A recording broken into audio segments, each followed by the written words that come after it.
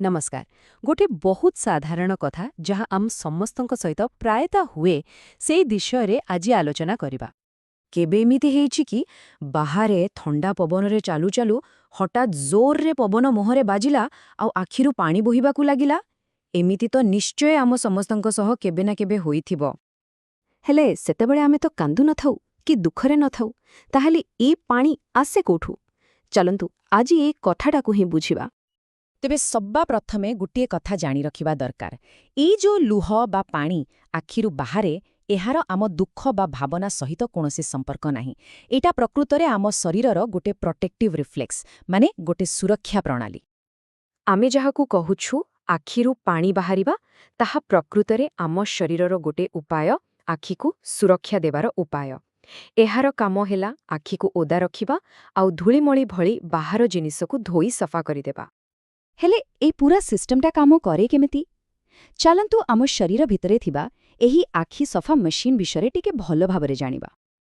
आम आखिर सबु लुह से कांदिबा बेलर हो किंबा एमिति पानी बाहारिबा सबु तयारी हुए लाक्रिमाल ग्रंथिरे। आउ ए ग्रंथिगुड़िक ठीक आम उपर आखिपतार तळे ही थाए।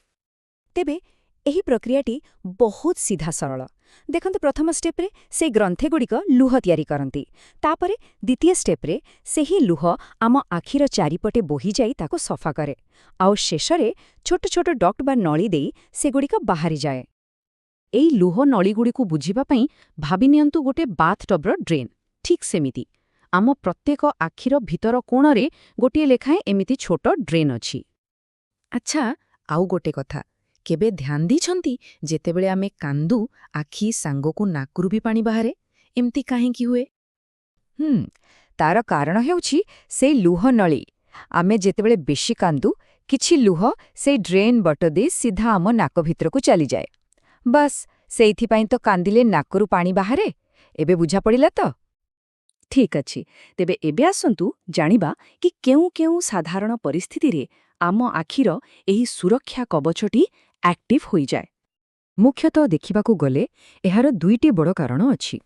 प्रथम कारण हेला जिनिस धोई बाहर करिबा, माने जेमिति किछि धूली धुआं बा आखिपता आखिरे पड़ीगला तुरंत लुह आसी ताकू बाहर करिदिए। आउ द्वितीय कारण हेला आखिकू ओदा रखिबा, जेमिति कि बहुत थंडा किंबा सुखिला पवनरे आखि जेमिति सुखी न जाए सेथिपाई लुह बाहारे। एहार किछि साधारण उदाहरण देखिबा, जेमिति कि आखिरे धूली पड़ीगले किंबा धुआं लागिले। आउ पियाज काटिला बेले कौन हुए सेटा तो समस्ते जानती। ठीक सेमिति थंडा पवन, विभिन्न प्रकारर आलर्जी, एपरिकी आखि धरा भली इन्फेक्शन हेले भी आखिरु पानी बाहारे। हेले कौन एही पूरा सिस्टमटा सबुबेले परफेक्टली काम करे? ना, बेले बेले एथिरे भी किछि समस्या आसीपारे। चलंतु से विषय टिके जानिबा। एथिरे दुई प्रकारर मुख्य समस्या देखा जाए। प्रथमटी हेला जेतेबेले आम लुह ग्रंथिगुड़िक यथेष्ट परिमाणर लुह तयारी करि पारंती नाही। एहाकू कुहा जाए ड्राई आईज बा सुखिला आखि। आउ द्वितीय समस्या हेला लुह तो तयारी हुए किंतु सेही ड्रेन बा नड़ी बंद होई जिबा जोगु ताहा ठीक भाबरे बाहारी पारेन।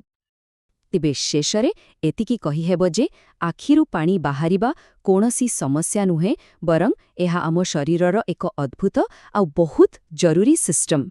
एहा आम आखिर सुरक्षा आउ सफाई पाई ही तयारी होइछि। तेबे एबे तो आमे सबु बुझिगले आखिरु पानी बाहारिबार पछरे केते कथा लुचि रहिछि।